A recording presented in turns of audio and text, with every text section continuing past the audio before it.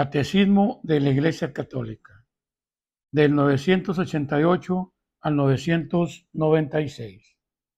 Creo en la resurrección de la carne. El credo cristiano, profesión de nuestra fe en Dios Padre, Hijo y Espíritu Santo, y en su acción creadora, salvadora y santificadora, culmina en la proclamación de la resurrección de los muertos al fin de los tiempos y en la vida eterna. Creemos firmemente, y así lo esperamos, que del mismo modo que Cristo ha resucitado verdaderamente de entre los muertos y que vive para siempre, igualmente los justos después de su muerte vivirán para siempre con Cristo resucitado, y que Él los resucitará en el último día. Como la suya, nuestra resurrección será obra de la Santísima Trinidad. Si el espíritu de aquel que resucitó a Jesús de entre los muertos habita en vosotros, aquel que resucitó a Jesús de entre los muertos dará también la vida a vuestros cuerpos mortales por su espíritu que habita en vosotros. El término carne designa al hombre en su condición de debilidad y de mortalidad. La resurrección de la carne significa que después de la muerte no habrá solamente vida del alma inmortal, sino que también nuestros cuerpos mortales volverán a tener vida.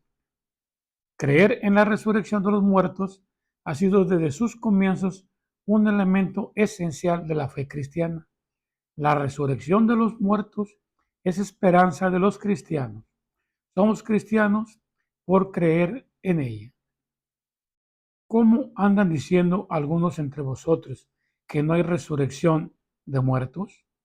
Si no hay resurrección de muertos, tampoco Cristo resucitó. Y si no resucitó Cristo, vana es nuestra predicación, vana también nuestra fe. Pero no, Cristo resucitó de entre los muertos como principios de los que durmieron. La resurrección de Cristo y la nuestra. Revelación progresiva de la resurrección. La resurrección de los muertos fue revelada progresivamente por Dios a su pueblo. La esperanza en la resurrección corporal de los muertos se impuso como una consecuencia intrínseca de la fe en un Dios creador del hombre todo entero, alma y cuerpo. El creador del cielo y de la tierra es también aquel que mantiene fielmente su alianza con Abraham y su descendencia.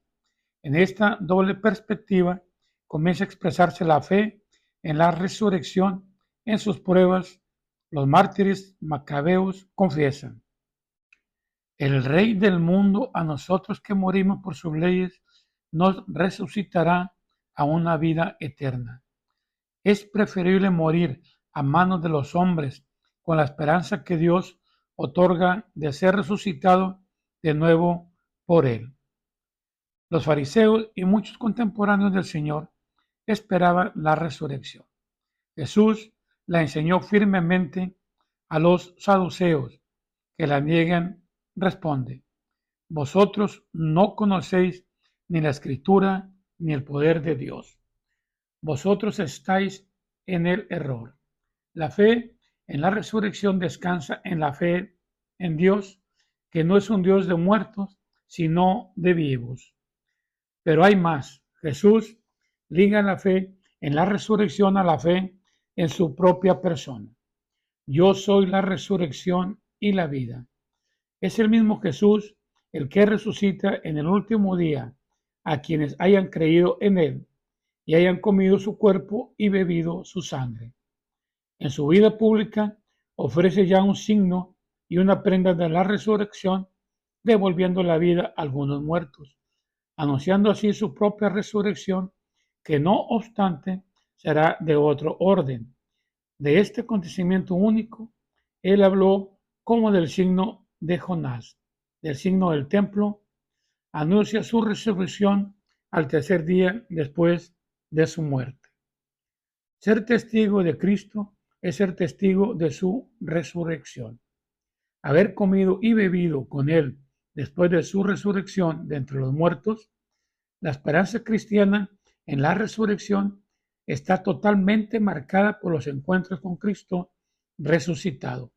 Nosotros resucitaremos con Él y por Él. Desde el principio, la fe cristiana en la resurrección ha encontrado incomprensiones y oposiciones.